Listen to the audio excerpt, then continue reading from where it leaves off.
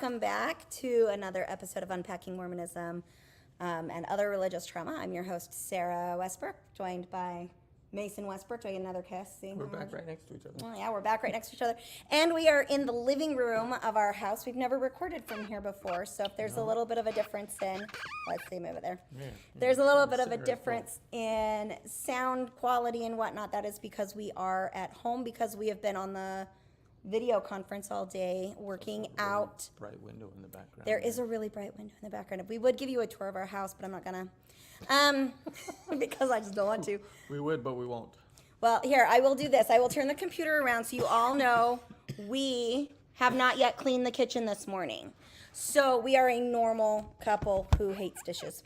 There you go. But we are at home. Make sure you have to scooch closer this way so that way that light is not horrible. Ugh. Sorry, there we go. Getting ready. So we are here today to talk about our Mormon wedding, and there's our beautiful daughter in the background. We are at home today because we have been working on getting all of the deets, together for the barn for the Daisy Girl Wellness Farm project that we've been working on. All the deets. It sounded very millennial. I'm connecting with my millennial audience. Generation Z or whatever. So I wanted to start. I actually talk a little bit in my book, Trauma Bonded, about what I really wanted for my wedding. So if you've read that book, you can kind of see that I did not get anything near what I had dreamed of. So I was I'm going to say typical 80s girl. I was a little bit of a tomboy. I really liked being outdoors and adventure and that type of thing. But when it came to being a princess, I was like the princess with dirt under her fingernails. Okay, that's probably the best way to describe who I was growing up. And that hasn't changed very much. It really hasn't. You still do like to get dirt underneath your fingernails. I really like being outside. I love horses. I love animals. I love working in the ground. And if you piss me off, I throw a really good right hook. So, yeah, I've broken a nose or two in my day. Not mine. Nope, his is straight. I think it's important to point that out. Yeah, for sure. And then I didn't get that, though. Not at all. So in my book, I tell the story, I was dreaming about marrying my very first real boyfriend. I was a freshman in high school. That would have put me at 14 and 15. So obviously I was young. And my wedding looked like this. I'm going to just paint you a picture. So my grandma and grandpa, in my book, they show up as Thomas. My grandma and grandpa Thomas owned a cabin in the Adirondack Mountains in upstate New York on Otter Lake, and they had an absolutely gorgeous view. And we would spend about every other summer, my family, while I was growing up, we would go up to New York, and my father would do maintenance on the cabin. So things like my father helped my dad build the deck that is out there. He would help, I think he helped re-roof it one year. He would work for my grandpa. He was a teacher. So we had every summer basically off, and about every other summer we went to New York, and the other summer we would go to California, and then he would also drive trucks for Ballard Truss in Snowflake, Arizona. He would drive those trucks to deliver trusses in order to earn money during the summer, because as a teacher we were dead broke, and I mean, we weren't like poverty level poor, but we definitely were poor. Especially for the size family that we had growing up. And so I remember as I was dreaming about marrying Johnny, that's his name in the book, and we will leave it at that. As I would dream about marrying Johnny, what I wanted was your normal princess wedding. I wanted the twinkle lights. I wanted to walk down the aisle. I wanted everybody to stare at you? Stare at me. Stand up as I walked down the aisle. I wanted to be able to have my husband, so at the time it was Johnny. I wanted Johnny to be staring at me with that like sappy glassed over, like, oh, she's so pretty, right? I wanted that kind of a wedding. So what I hear you saying is at 13 and 14, you didn't get anything that you wanted. I did not. At 13 and 14. No, I didn't. Well, and the other thing that I really wanted is I love fireflies. Like, I think they are the coolest little bug. on the planet. We didn't really have fireflies in Snowflake where I was growing up. And so I wanted to have my wedding in upstate New York in the summertime during firefly season because I love fireflies. And so I wanted the fireflies to be, my twinkle lights in the background, and I wanted to have, the lights coming off the lake, and I probably would have set little lily pads out with tea lights or something. Y'all, I wanted it to be outside, outdoors, natural environment, but I wanted the princess wedding. And that is not what I got in the Mormon church. I met Mason. Mason, did you even care what kind of a wedding you had? I get the feeling you didn't care. What I wanted was a pretty girl on the other side of the altar. And skinny. Well, yeah, pretty girl, but He wanted a hot model. I never really thought much about that, actually. Fair. I just wanted a pretty girl on the other side of the altar, and then when it was all over, I wanted to go have sex. He did get that. He got the pretty girl. And I will say, for all of the Mormons or those in the post-Mormon space, we know that in order to get married in the temple, you cannot have, is that Quinn?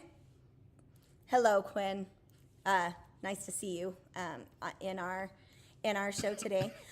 So anyway, we did not get that wedding, but on the way home from the temple, we made it, maybe 30 minutes in the car before we pulled over. At least an hour. No. Yeah, at least an hour. Yeah. An hour. So we got married in the Mesa, Arizona temple. We were traveling 3 hours home. Is this a squirrel? Yes, this is the real. So this is to say that you got what you wanted, but I didn't get what I wanted. Oh. He got what he wanted. I was a pretty girl on the other end of the aisle. And within 1 hour of us,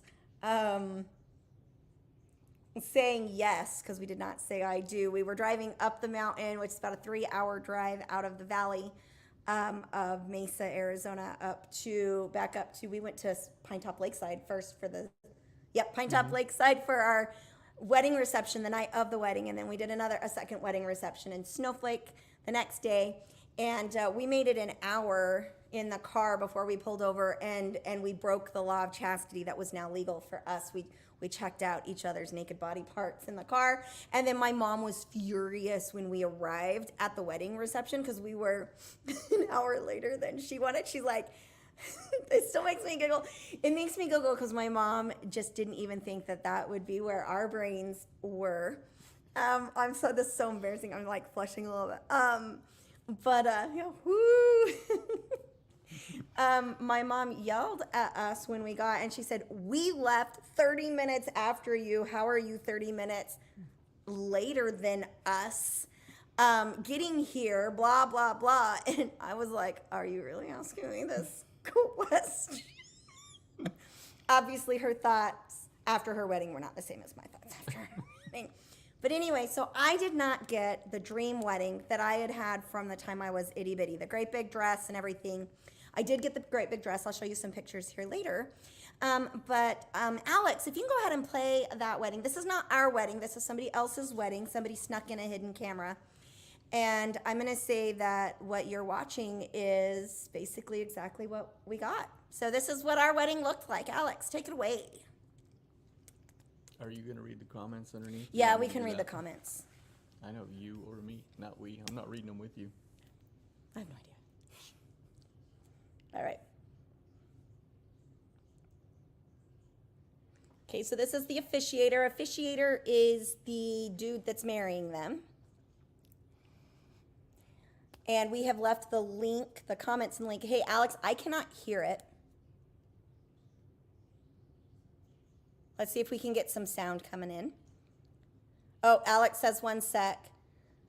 Okay, so the things that I want you to, there are some really cool things in the background of Alex's screen there. I have no idea what that was, but it looked really new agey. Mm-hmm. Very cool. So So for me, if you'll think back to some of the other things that we've talked about, all I cared about was checking the boxes. Like doing it right. Yeah, I mean, I cared who I married. That mattered a lot to me, but mostly, as long as we were attracted to each other and we both could be in the temple, that was really all that mattered to me. Okay, so this is what our wedding looked like. And if we don't have sound, we'll just, there we go. Sound. So notice what she is wearing. She has on a green apron.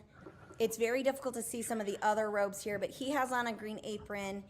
And we're going to leave the link in the comments, but this says that the video starts 20 minutes after. Okay, they're going to take each other in patriarchal grip. Hey, come on. Here we go. This is it. Woo. During the ceremony, I want him, this is the officiator, I want him to look at me, okay? I'm not as cute as he is, but there's only gonna be less than 3 minutes of this. So basically the officiator says you can't look at each other. You need to look at me. Go ahead, Mason, you read. Brother so-and-so, do you take sister so-and-so by the right hand and receive her unto yourself to be your lawfully wedded wife for time and all eternity, with the covenant and promise that you will observe and keep all the laws, rights, and ordinances pertaining to this holy order of matrimony and the new and everlasting covenant, and this you do in the presence of God, angels, and these witnesses of your own free will and choice.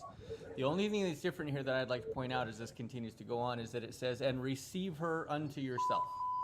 Right. So then you go, sister so-and-so. Oh, wait. And he says, yes, I make that Right. promise. So then go ahead. Do you take brother so-and-so by the right hand and give yourself to him to be his lawfully wedded wife and receive him to be your lawfully wedded husband for time and all eternity, with a covenant and promise that you'll observe and keep all the laws, rights, and ordinances pertaining to this holy order of matrimony and the new and everlasting covenant, and this you do in the presence of God, angels, and these witnesses of your own free will and choice? Yes. Okay, and Alex, can you pause that for 1 second? We're going to start it again here in a minute. But one of the things that I want to point out is I want our audience, if you are live with us or if you're watching this later on YouTube, I want you to be able to look, how many little kids are in that room? And the answer is going to be none. Most people in the Mormon church do not get a temple recommend until they're at least 18 years old, or when they're going to either get married themselves or go on a mission. And so usually the youngest individuals you will ever see in the sealing room for a wedding is going to be 18 is probably the youngest, with a couple of exceptions for those who, I know that there, oh, I just cut your head off, Mason. Yeah, you did. Sorry. With few exceptions, I know that there was a young lady that I went to high school with that got married in the temple when she was 16. But I really want to point that out because later we're going to talk about who got to be there with us. And that was really difficult. That was a really difficult thing for me because most of my friends, like my closest friends in the entire world, were not in that room. Yeah. Because most of my friends were not Mormon with me. The other thing is that Mason and I are both the oldest. Right, even at your age, most of your friends wouldn't have been able to be there with you anyway because you were 18 and most of your friends aren't getting married at 18 years old. I was 18 and almost 3 months. I was 18, 2 months and a week or something like that when I got married. And Mason, how old were you? 22. So most of Mason's Mormon friends could go because they'd all served missions. So if they were home from their missions, they could be there. Right. But my brother wasn't there because he was on his mission. Right. Your brother was on his mission, and none of our siblings were there because we were both, I know on my side of the family, even my extended side of the family. So for me, I was the oldest sibling, and I was also the first cousin of my mother's 6 and my father's 5 siblings. I was the first one to get married in the temple. My father has a total. I'm sorry. My father has 6 siblings. And at this point, when I was getting married, none of them. So I was the first child and grandchild on both sides of my family to get married in the temple. So I had a couple of my aunts and uncles came in, but none of my cousins were in this ceremony with me, and none of my friends were in the ceremony. In fact, most of the people in the ceremony with me were strangers. I didn't even know them. They were like your aunts and uncles who I'd not spent hardly any time with, and then our parents, a couple of your friends. None of my friends were in there.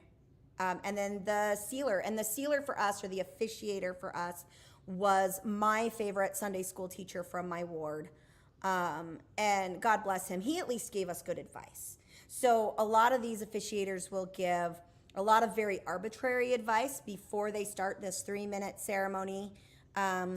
And our advice, the biggest takeaway I remember from that advice was the storms of life were like a raging river, and that you would be on one side of the river and I was going to be on the other side of the river, and that it was our responsibility to work together to build a bridge to meet each other safely, or that we were going to build a bridge so that we could cross that bridge in communication, and that our posterity could cross that bridge to get to the other side, blah, blah, blah, blah, blah. But one of the things I really loved about our sealer's advice to us was that he talked about that we had to work together equally, that it was both of our responsibilities to cross that bridge. All right. Another piece of that is you don't have very many family in this case around you, but even if you were getting good advice, there's nobody there to write it down. There's nobody to take notes. Nothing you don't is bring recorded. Any of that stuff in here. Right. So yeah, there's just, it's advice that if by chance you're mature enough at 18 years old to remember some of it, cool. I don't remember a single word. From that? Yeah, so the advice, like at the beginning it said this all takes place after 20 minutes of advice. But it's advice that, frankly, at that age, you're not really paying attention to. Yeah. You're not going to hold on to for the most part. So, yeah. Yeah. It's kind of a waste. Anything else you want to say about this? I think so, and I will say, and we're going to have pictures coming up later, my wedding dress was incredibly beautiful. Of everything in my wedding, my dress is the only thing that I designed and chose. And my mother, who is a professional seamstress, sewed that dress for me.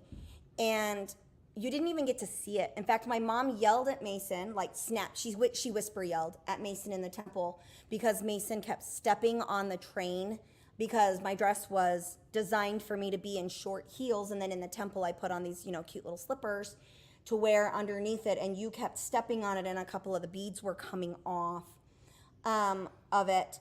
And my mom was getting after you for that. She's like, don't tear the dress. But in the temple ceremony, so my dress I was able to wear in the ceremony. My dress was white enough. It was crushed satin. It was absolutely beautiful, and it was very, very white. Like, I know that there's a Mormon, somebody that recently interviewed, Alyssa something or other, that recently interviewed on Mormon Stories, and she said that she couldn't even get married in her wedding dress because her dress was not whiter than a piece of printer paper. I didn't have that, but that is not uncommon. For that to happen. I listened to a podcast recently that talked about that. In fact, it's also somewhat arbitrary because they said that my dress had actually been worn by previously two people, her mom and her grandmother, and they'd been able to wear it in the temple, but the matron told her she couldn't wear it. So and it's all matron, kind of arbitrary. It's matron specific. And what are you going to do about it? Like, you're there, everybody's there at the temple for you to get married, and they're going to tell you, I'm sorry, you can't wear this dress. It's not like, for most people, they can't take the dress down there beforehand and say, hey, is this going to work? Well, and it wouldn't surprise me. I know some people do that. Because we bought the fabric and everything before, and I know that my mom took all of the fabric, all of the beads, everything to the Mesa Temple and said, is this wide enough for my daughter to be able to get married in her dress? Somebody said yes. And I wouldn't be surprised if somebody was like, ooh, that dress isn't wide enough. If my mom had said something like, look, I spoke to blah, blah, blah, blah, blah. And she probably spoke to the matron. Right. And it was like, hey, if you tell me no, go talk to the matron because she already told me yes. But Like, just wouldn't surprise one more me. thing that you should not have to be worried about. But my gorgeous dress that my mom had spent hours and hours and hours constructing got covered up and all that. Blech. All right, go ahead, Alex, if you want to play the rest of this so you can see how quick our wedding was and how not personal. Go ahead, Mason. By virtue of the priesthood and the authority vested in me, I pronounce you so-and-so and you so-and-so, husband and wife, legally and lawfully wedded for time and all eternity. And I seal upon you the blessings of the holy resurrection with power to come forth in the morning of the first resurrection, clothed in glory, immortality, and eternal lives. And I seal upon you the blessings of kingdoms, thrones, principalities, powers, dominions, and exaltations, with all the blessings of Abraham, Isaac, and Jacob, and I say unto you, Amen. No, not yet. Oh, wait, sorry. I'm jumping the gun. There's another piece. You went too fast. Oh, keep going. I didn't want to go too slow. Oh, there we go. Be fruitful and multiply and replenish the earth, that you Have may kids. have joy and rejoicing in your posterity in the day of the Lord Jesus Christ. All these blessings together with all other blessings appertaining unto the new and everlasting covenant, I seal upon you through your faithfulness by virtue of the priesthood, in the name of the Father, and of the Son, and of the Holy Ghost. Amen. So when we were making out and checking out each other's naked parts on that drive home, we were just fulfilling the covenant we had just made, because we were told that we needed to be fruitful and multiply and replenish the earth. So thank you so much, Alex. Alex is now going to take some time to pull up some of the photos, and while he does that, I'm going to grab all these that we sent him right before, so we can just keep going. So we've got a lot of photos. So like, here's a photo of our wedding. Here's a photo of our wedding that we're going to come back to here in a minute. Well, these are all photos before, technically, before Yeah, the wedding. we took so here's a picture of me in my beautiful dress. Here's another picture of me in there we go, in my beautiful dress. My mom did a gorgeous job. I absolutely loved my dress. Here's a close-up of the train work. There we go. The train work that my mom did. That's crooked. There we go. And whatnot. All of these pictures were technically taken before. There I am on my wedding day. See, very beautiful, very thin. He got his little model. I am no longer this thin because I've had kids and infertility treatments and life. Okay, this is me at 18. That one I'm gonna do here. You're less thin, I'm more thin. Right here. I know. Top of my head. You didn't start gaining weight. Bring back the goatee, Mason. No, his goatee grows in crooked. I'm not bringing back his goatee. That is not, no. I'll have you notice that I don't have the gaps anymore. That wasn't shaved. They just didn't grow. Actually, I take that back. It did grow on one side, but not the other. It so fell I off. did shave one It side. fell off from right here and it's grown in here and here and here. Yes. Okay, so then here we are again. That's another one of our beautiful wedding pictures. Hey, Alex, you worked so hard on getting all of those pictures loaded, and this is working so much better. And for the record, y'all, do you see my beautiful nails? Okay, I would like you to know I never do acrylics because I am too much of a tomboy. The reason I'm doing acrylics is because I have a boot. See, this is from my car accident. So I can't ride horses or do any work, so I did nails, and I hate them. And here's another picture of us. These were all taken before we got married, and the main reason was because we got married in June in Mesa, and I didn't want to be overheated, so we took the pictures outside the temple before we got married. Oh, here's another one. No, that one's not yet. Oh, not yet. Excuse me. Okay, so here we are coming out of the temple. So, tons of little kids. All of our family celebrating with us. And my question is, why couldn't these kids, actually, Alex, if you're still there, I need you to upload the pictures that I sent you from my cell phone of Tyler's sealing and the little boy baptism. If you could get those uploaded, that would be great. So here we've got like this little girl. Let's see right here. That's my sister. I don't know who this one is. That's your sister all the way on the right as well. Yeah, this is this is my sister. Mason's hugging his mom. This is I think that's my father-in-law, isn't it? No, that's not. That's somebody I don't even know. That's probably one of your uncles and stuff. So cousins, so you can barely see up that one. You can take it down for right now, Alex. I'll have you pull those up here in a minute. So the kids were at the wedding, but they had to stay outside the temple. So here's a picture of my family. And as you can see, my brothers and sisters were all younger than me. None of them were allowed to witness my wedding, which was really sad because my brother actually got married to his wife at a wedding venue. Yeah. We got to be there, and it was so much fun to watch my brother actually get married. The other thing, so here's my cute little girls. So these are two cute little girls with one of my cousins. These two little girls are grown-up adults now. I used to babysit these two girls. So, Andrea, if you are watching this now or in the future, these two little girls were girls that I babysat that I basically considered mine. Their mom and dad would go on vacation, and I would take care of them. And they were not allowed to be at my wedding, even though I was in some ways like a favorite aunt figure because of how often I took care of them. This is Brother Ballard. I can give you his name. He was actually the first temple president of the Snowflake, Arizona temple, where we had our son Eric sealed to us by the same man, and then this man also sealed Brig to us. And he has since passed away. He was my Sunday school teacher who I absolutely loved. He's the man that married us. This is the only picture we have with him. And that was outside of the temple after the wedding.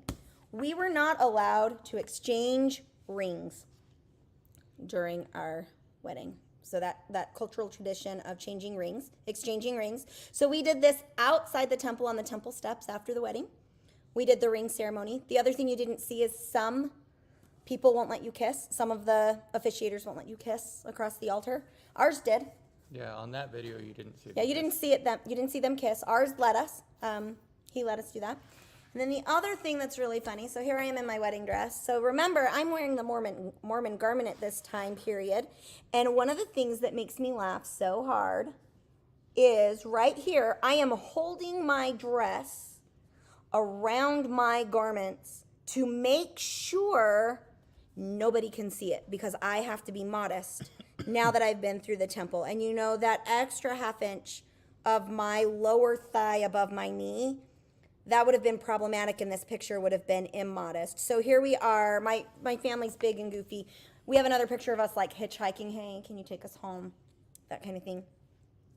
So then we had a reception later, and these are the two pictures I wanted to show here. This young woman in these pictures is my best friend from high school. If you have read my book, this is Chloe from my book. She was not Mormon. But when it comes to the person who had my back through the most traumatic times of my life, it was Chloe. And she's identified herself on our podcast before. So her name is Veronica. And I called her Ronnie. And she kept me out of trouble. She's the one that kept me sane during all of the trauma and abuse from my parents. She and I are still really close. Whenever I go home, she and I get together. I love her. If there was anybody I wanted at my wedding, I'm going to start crying. Anybody who loved me, it would have been Ronnie. Yeah, loved me unconditionally, still loves me unconditionally. And she wasn't allowed to be there because she wasn't Mormon. She wasn't good enough. According to the Mormon church, she was not worthy to support me in my wedding. This is my beautiful wedding cake. See? It's very pretty. Mace, did you have anything that you wanted to say before I move on to some more of the wedding stuff? I think the only comment I would make is if you hearken back to all the things that we talked about with a cult, this was not a problem for me. This didn't bother me at all. Because it was the right way. And I never even considered the possibility that it might bother you, because this was the right way. Like, we didn't talk about whether or not this was what you wanted, because this was the only choice. For me to get what I wanted, this was the only way. That's changed. Ironically, of course, I'm sure there was a lot of pushback, and finally the leadership of the church has said, you know what, you can get married beforehand, so you can have your wedding, you can have your family members, all that there, and then you can get sealed the next day, or you can get sealed later. As long as you were worthy when you got married. Right. It used to be that if you got married outside the temple, worthy or not, it didn't matter. You had to wait a year to get sealed in the temple. Now they've changed that, and I think that's a very positive change. But for us, that wasn't an option. And for most of the history of the church, that wasn't an option. Well, and I remember I asked my parents. I shouldn't say that either. Yeah. Before the temple in Salt Lake, that's how it was done too. So. Right. Well, and, I don't know about other families, but I remember asking my parents, I was like, hey, can Mason and I, we'll get married in the temple, but then can we go do a whole wedding ceremony like the next weekend or whatever? And my parents were like, no, that's dumb. If you do that, you're taking away from the beauty of the temple ceremony. And frankly, I didn't find that beautiful. I didn't feel beautiful inside the temple. I felt beautiful outside the temple, but I did not feel beautiful on my wedding day inside the temple when I was marrying my husband. Did I have to veil my face for a portion of it? I didn't, did I? No, I didn't have to veil my face. I did not feel beautiful. The thing that, and we've talked about this before, that I really want to kind of end on, Alex, if you can pull up the picture of all of my family in purple.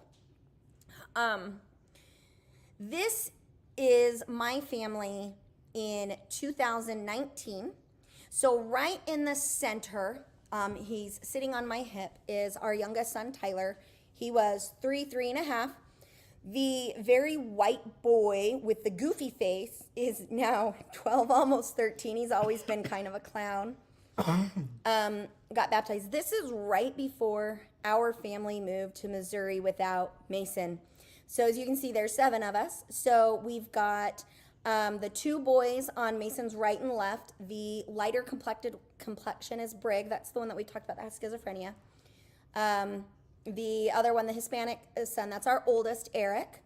And then you have Tyler in between us. And then my arm is around Hayden, who is now 17. Right below Eric, leaning up against Tyler, is our daughter, Katie. Then Landon is Mr. Goofy Face. And then tucked right up inside of there, you can barely see her, is our daughter, Abigail. This is at the finalization of our adoption of Tyler. So this is the day that the judge said, Tyler, you are now a Westbrook forever, as if you were born to this family. Well, that judge saying that, so at this point, Tyler had lived with us for about 6 months.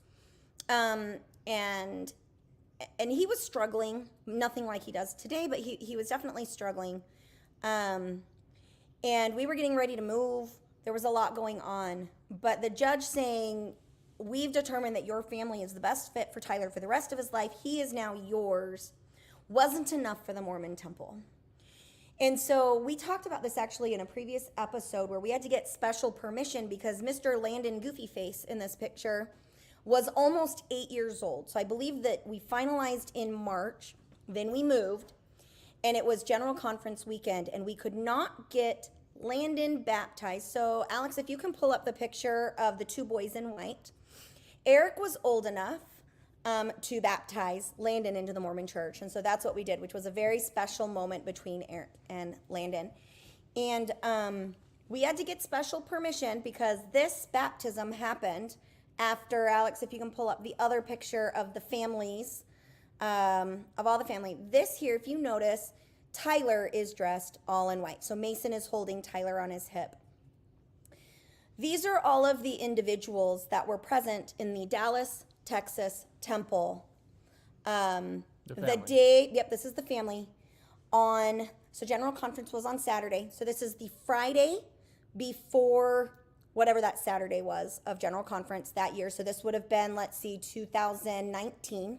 Yep. General Conference. So this is like Friday afternoon. Our family had already moved to Missouri, and then we traveled back to Texas so that we could do this event and the baptism with our children's friends present. At Tyler's ceiling, who was allowed to be in that ceiling room? Every single one of my children. However, none of those children, if that had been let's just say that Eric, so Eric is standing between me, I'm in red, and my mother, who is in the blue dress with her arm around Goofy Face Landon, there at the end. Let's pretend for a minute that this had been Eric's temple wedding. If this had been Eric's temple wedding, none of his siblings would have been allowed in that temple, despite the fact that all of the siblings were allowed in there to witness Tyler being sealed to us. Now, a Mormon sealing means that you are stuck together even in heaven, that your marriage and your family bonds will last into heaven. Without the sealing ceremony in Mormonism, you don't get that. And so here we are pictured with all of these people went into that same exact room that you saw in the video. They saw the same exact clothes because when Tyler was sealed to Mason and I, we still had to wear all of that stupid getup. We had the green apron, the little hats, the veils, the robe, the sash. We still had all of that on us. We still took each other in the patriarchal grip, and then they took Tyler's little hand, and Mason wrapped his thumb around Tyler's little hand so he wouldn't pull it away because apparently the kid had to be touching us in some way. And man, getting a 3-year-old to keep his hand trapped underneath that thumb for the sealer to do that, we had to start over once or twice, was very difficult. But all the siblings were able to be there for the Tyler, you're sealed to your mom and dad. But none of Eric's siblings would have been able to be there if that had been his wedding. The Mormon church says they're about families. And I don't think they really are. I think that they pretend like they are.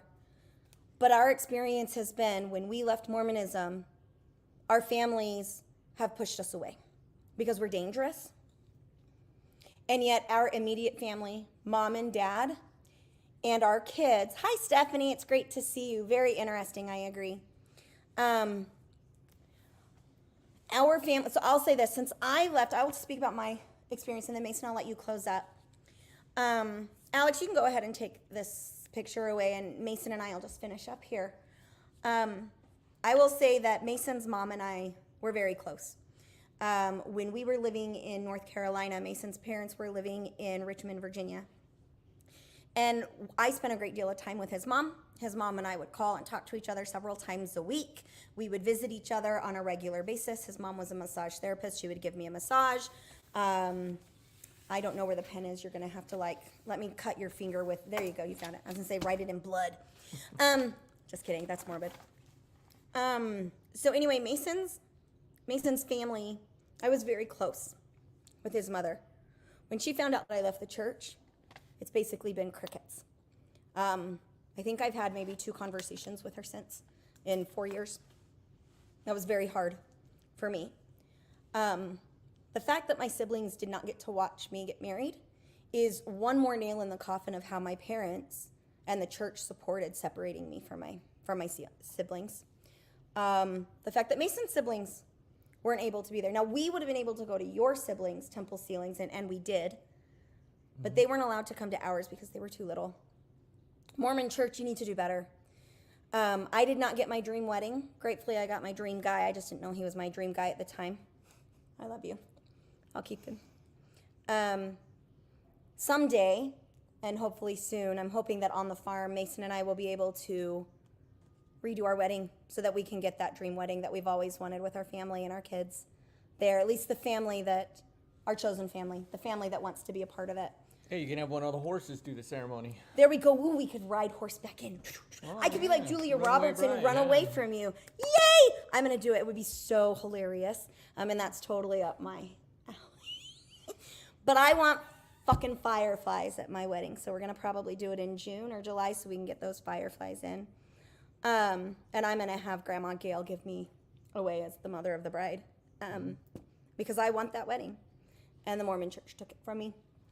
And the Mormon church has done a whole lot of damage in separating us from our families of origin because we are no longer worthy. We are now dangerous because we believe differently than they do about how people can get to heaven. And whether or not a con artist from upstate New York is a prophet of God or not.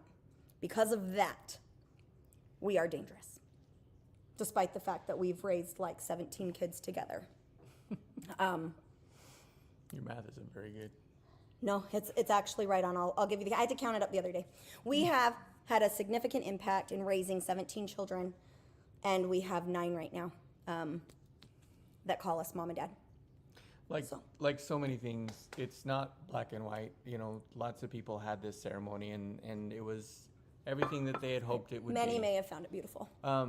But the reality is just like me, if this was the only option, then you make the best of it. It would surprise me if very many people would choose to do the temple ceremony as their first choice for a wedding ceremony, because of course you can do so much more in a regular wedding ceremony and then just get sealed afterwards or whatever. So it's not black and white, but if you're not able to view it from a different perspective, view it from someone else's perspective and go, you know what, there is a lot that's lost. What I wrote down, what I call this is exclusivity without rationality. And I think that's a big piece of this, is that if you're excluding people, in this case families, if you're excluding families from something that is supposed to be the ultimate spiritual experience, but without any particular reason, that's control. Yeah. That's not taking care of families. That's not exclusivity because this is necessary. It's exclusivity because you want to control the situation. Right. It's exclusivity because we can. Yeah, you want to control it. You want everybody to think, well, oh, my siblings can't be there. That's just because this is just so important. That's the thought process that we're then given. But that doesn't have a rationale that actually makes sense. It just is. Yeah. So that's the thing that I want to think about now that maybe can be helpful for you too to think about, is just we're excluding for no particular reason. Especially, I love the comparison of our wedding as opposed to our sealing, where all the kids were able to be there. Right, there's nothing vastly different other than the words that we read to you. Like those words, and I'm sure they've changed a little bit. I think they changed some of the ownership words about the man taking the woman and the woman giving. I know it's been updated recently, but other than those words, there's nothing else different. Like our children, when they got sealed to us, so of the children that got sealed to us, if you didn't come out of my hoo-ha, then we had to take you to the temple later because a judge's order wasn't enough for God to recognize that those children were ours forever. So they had to come out of my hootie-hottie. Right? Same as the wedding. Right. I mean, that, for me, that makes sense, but it doesn't. It doesn't make any sense to me. They're kids of my heart, and God can look down. If there's a God, he can be like, I think what I meant I was, see it. It's consistent with the way the church does things. Not necessarily that it makes sense. It's consistent with the way they do things. Yeah. So, but anyway, there's nothing different. So why is it okay for my kids age? So Eric in that video with Britt or with Tyler would have been 16, 17. When we moved here, he finished his junior year and then did his senior year of high school in Missouri before moving out and going to college and growing up all the way. He saw it, and Tyler, our youngest, was 3 when he saw it. Why the hell can't that same aged sibling be with us for a wedding where the clothing is the same, the room is the same, the words are basically the same? Why can't they be there? Why couldn't my friend Ronnie, who is one of the humans, like there's no covenant or promise, and there's nothing secret or so sacred that, like even in the temple endowment, so we did our temple endowment thing, all of those code words and things that we talked about, none of those are disclosed in the temple sealing ceremony. So why can't non-members come in and witness it? It's weird, but if that was our religious ritual, I know that if Ronnie could have been there, she would have been there. And then we would have giggled about some of the get up later just because that's who I am. What happened. Well, and you don't necessarily have to have that get up for it either. So. Right. Why did we need to have all that? Oh, because we had to get married under the power, the robes of the highest power priesthood. I know why they say. Anyway. But there's no particular reason why the ceremony has to be that way. So yeah, I would say the Mormon church needs to change because this does not support familial bonds and closeness. And they're on the way to making those changes, but again, we're not talking about it, right? It's not hey, we recognize that this has hurt a lot of people over the past, and we just realized that we can do this differently, and so we're going to. Like, we don't talk about it. You just make the policy change. Maybe you tell everybody, but you don't talk about why. You don't talk about the hurt that came from before that. You just write it off on God. Well, God said now we can do it this way. Our God is very wishy-washy. Yeah. So in closing, I want to just say that Mason, I love you. I'm very glad that you were chosen for me, and now I will continue to choose you. True story. And also that I absolutely remove the promise and covenant in there that I'm going to give myself to you in any of that creepy culty way, and rather that I'm going to continue to choose to be your equal partner in crime because we've created a chaotic family, and it makes me happy, but I'm not in no way, shape, or form giving myself as a possession to this guy right here, no matter what Mormonism taught me. That would be a possession that would be really hard to hold on to. It would be. If you have any questions or comments, please feel free to email us at daisygirlcommunications@gmail.com. Also, if you are in crisis, mental health crisis, please reach out and dial 988. They are there to talk to you. You do not have to be suicidal or homicidal to use the 988 crisis line. There are people on call always just to check in with you and make sure that you're doing okay. So thank you so much. We are very excited to have been here with you today, and we will see you next time. Bye, everybody. Oh, balloons! Celebrate! Where did those come